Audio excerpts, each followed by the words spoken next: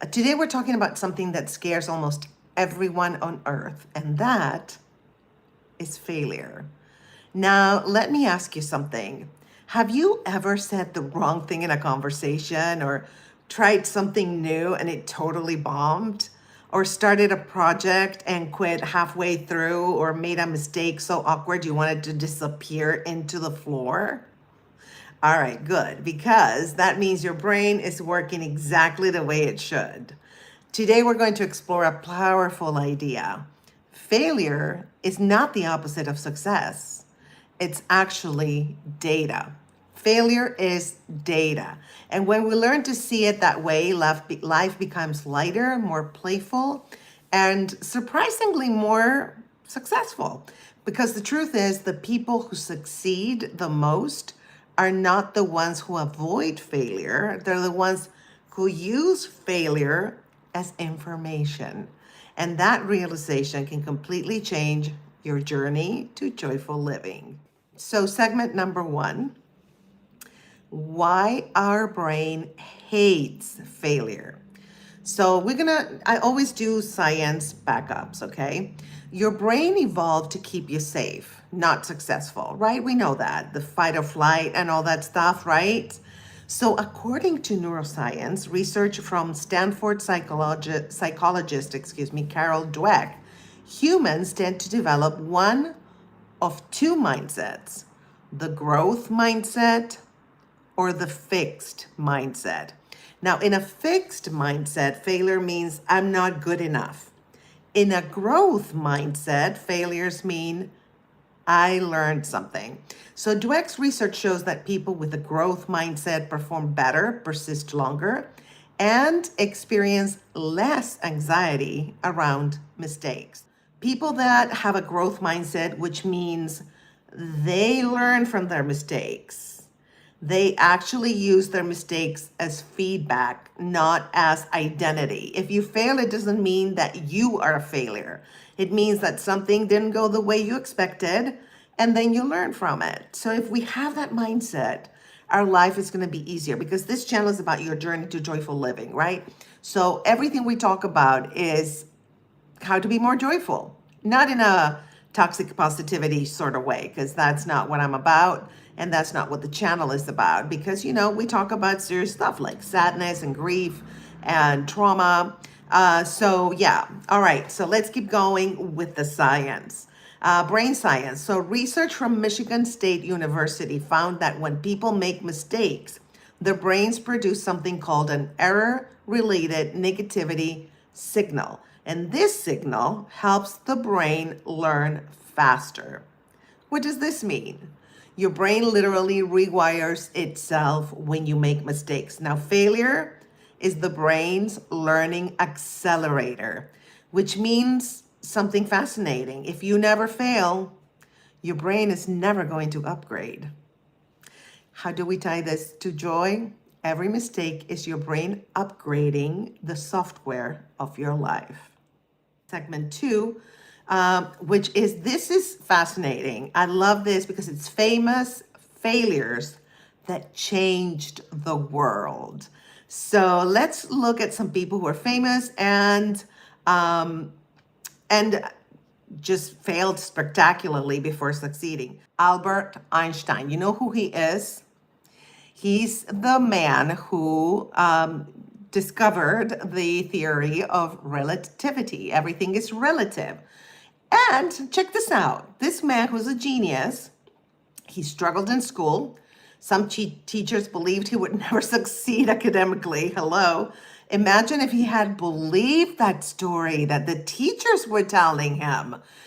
Instead, he kept asking questions. Eventually, he developed the theory of relativity and changed physics forever. And the teachers were saying he was never going to amount to anything. You see what I mean? You can't listen to what people say. Oprah Winfrey is another one. You guys know who Oprah is, right? Early in her career, Oprah was fired from her job as a news anchor in Chicago. Her boss said she was too emotionally involved in the stories. Imagine hearing that if you're Oprah. Like, yeah, that's why people like me. Duh. This guy said she was too emotional, too expressive, too human. Really, that failure eventually led Oprah Winfrey to create one of the most influential talk shows in history. What looked like a failure was actually a redirection. So from news anchor, she went to having her own show.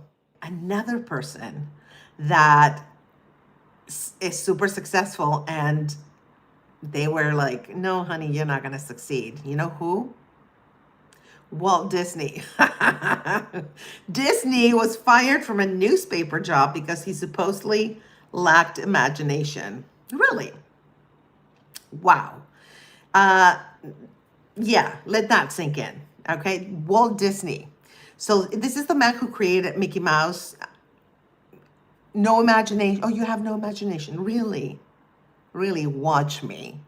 That's probably what he said in his head, right? So sometimes failure isn't a dead end.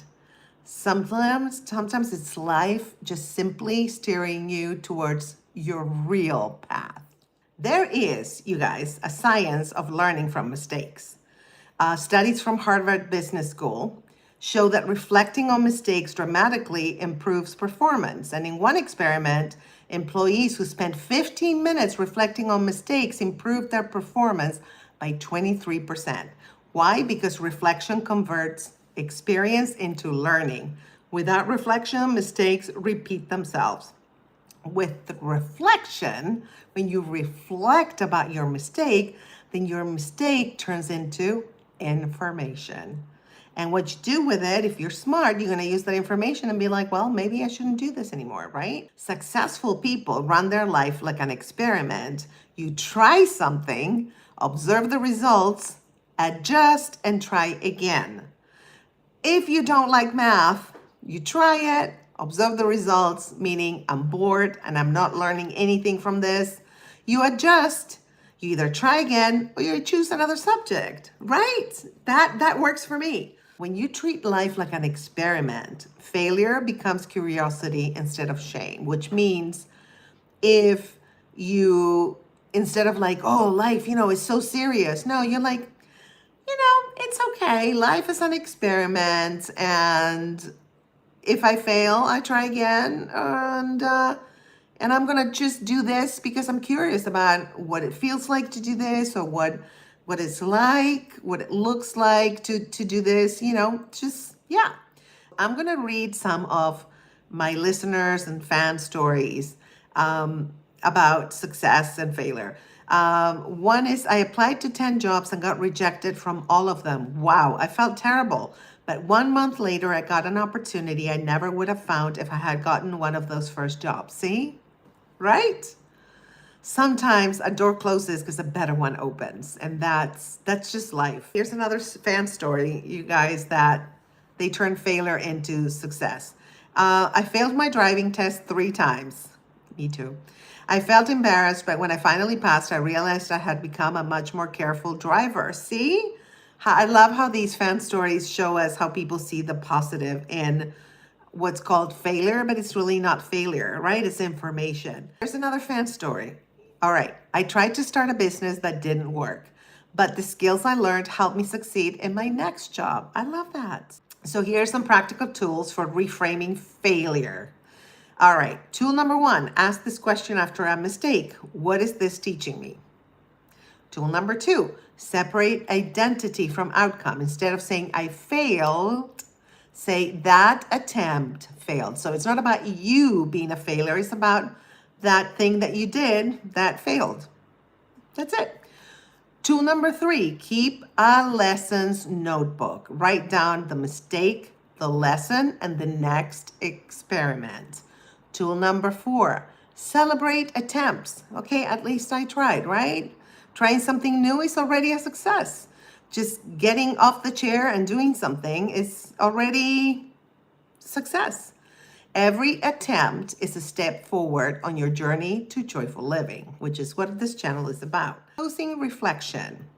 Let's leave you with one powerful idea. Life isn't a straight line. It's a series of experiments and experiences. Some will work and some won't work.